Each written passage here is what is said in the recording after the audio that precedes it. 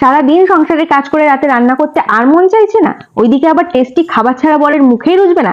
এমনটা যদি হয়ে থাকে তবে ঝটপট এই চাল ভাপা রেসিপিটা বানিয়ে ফেলো দেখি।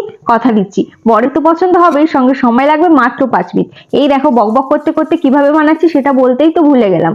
তো তোমরা তো দেখলে প্রথমে আমি 1 বাটি চাল আর হাফ বাটি মটর ডাল একসঙ্গে মিশিয়ে ভালো করে ধুয়ে প্রেসারের মধ্যে দিয়ে দিলাম। এরপর দিয়ে দিলাম পরিমাণ মতো জল। জলটা ঠিক ডুবো ডুবো অবস্থাতেই রাখতে হবে, এর থেকে কম বা বেশি কোনোটা করলেই চলবে না। তারপর স্বাদ মতো নুন দিয়ে প্রেসারে জাস্ট 2টো সিটি দিয়ে নিতে হবে। আমি মোটা চাল ইউজ করেছি, তোমরা যদি সরু চাল ইউজ করো তাহলে একটা সিটি পড়ার পর আর একটা সিটি পর ভাব এমন সময় গ্যাস অফ করে দেবে। এরপর প্রেসারে হাওয়া বেরিয়ে যাওয়ার পর প্লেটে গরম গরম চাল ভাপার সঙ্গে একটু সর্ষের তেল, একটা পেঁয়াজ আর একটা কাঁচা লঙ্কা দিয়ে বরের মুখের সামনে ধরো দেখি। বর তো প্রশংসা করতে বাধ্য হবেই হবে। তো রেসিপিটা বাড়িতে একবার হলেও অবশ্যই ট্রাই করে দেখতে পারো। আর আরো মজার মজার রেসিপি দেখতে মজার রেসিপিকে ফলো করে রাখতে ভুলো না। তো চলো এখনকার মতো টাটা, দেখা হচ্ছে নেক্সট ডে ঠিক সন্ধ্যা 7টার সময় আরো কোনো মজার রেসিপির সাথে।